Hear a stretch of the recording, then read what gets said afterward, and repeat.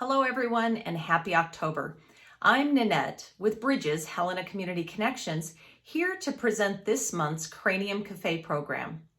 These talks will be posted every month on the Bridges website found at bridgeshcc.org or on the Bridges Facebook page. I will also send out a Cranium Cafe Brain Builder packet full of fun puzzles to those who request them, either by sending us a message through the website or messaging us through Facebook with your name and address. Please rest assured that we are not selling your information to anyone. You are also welcome to pick up a Brain Builders packet at Covenant United Methodist Church, located at 2330 Broadway, right across the street from St. Peter's Emergency Room entrance. The Brain Builders are in a container placed on the left outside of the front entrance of the church building. Our Cranium Cafe talk today is based on the book Welcome to Your Brain by Sandra Ament and Sam Wang. Today's program is titled Aging, Reaching the Top of the Mountain. Now, I've been paying attention to the research on aging and how to improve our chances of keeping our brains healthy for as long as possible.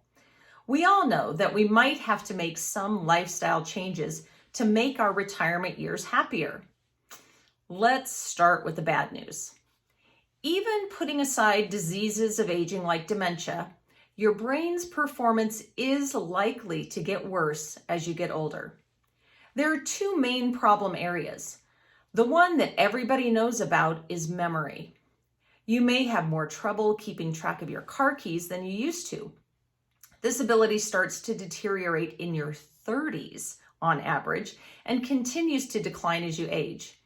Spatial navigation relies on a part of the brain involved in memory, the hippocampus. And this ability, the spatial navigation, is also impaired with age in many other animals, not just humans. The other problem area is what scientists call executive function, which is the set of abilities that allows you and me to select behavior that is appropriate to the situation, to inhibit inappropriate behavior, and to focus on the task at hand in spite of distractions.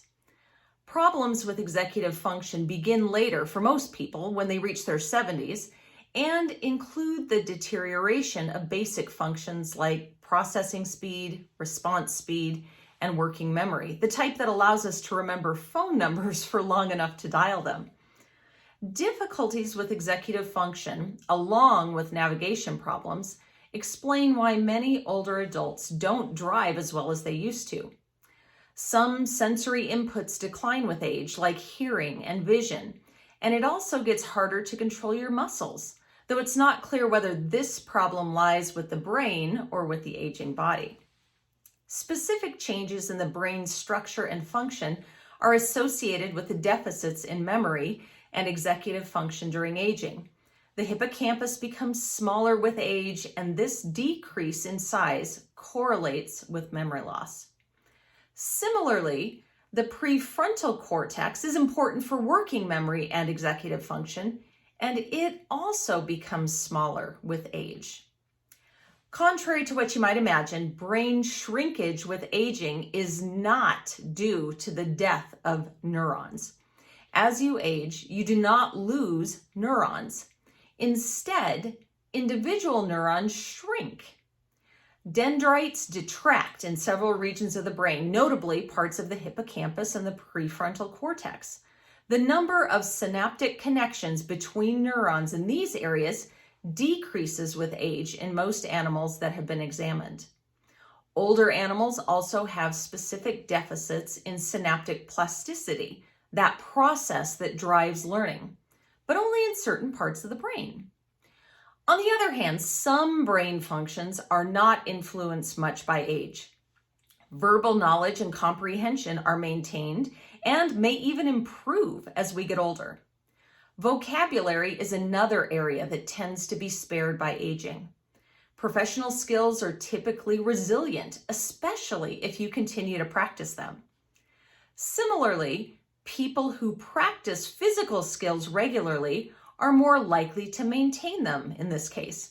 And there is some evidence that experts develop new strategies for well-rehearsed tasks to compensate for cognitive decline as they age. So, practice makes perfect. In general, anything that you learned thoroughly when you were younger is likely to be relatively spared by aging. The good news is that older people have one important advantage over the young. We have a better ability to regulate emotions. The frequency of negative emotions decreases with age until it levels off around age 60, while positive emotions remain about the same. As people get older, they become less likely to perceive negative events or to remember those from their everyday lives or the past. Negative moods pass more quickly in older adults, and they're less likely to indulge in name-calling or other destructive behavior when they're upset. There are also some more general changes in brain activity during aging. Older adults tend to activate more distinct brain areas than young adults while performing the same tasks. Compared with young adults, older people also tend to show lower overall brain activity and use areas on both sides of their brains instead of just one. These findings suggest that people use their brains differently as they age, even though they may perform a task equally well. This might be because older people learn to use new parts of the brain to compensate for problems elsewhere. Cognitive decline at a certain age is not inevitable. Your lifestyle has a lot of influence on your abilities late in life. I've mentioned before that people tend to retain skills and knowledge that they learned thoroughly when they were younger. Perhaps for this reason, educated people have better cognitive performance with age than less educated people. This doesn't necessarily mean formal education, but focused learning. Another way to keep up your cognitive performance is to have intellectually challenging hobbies.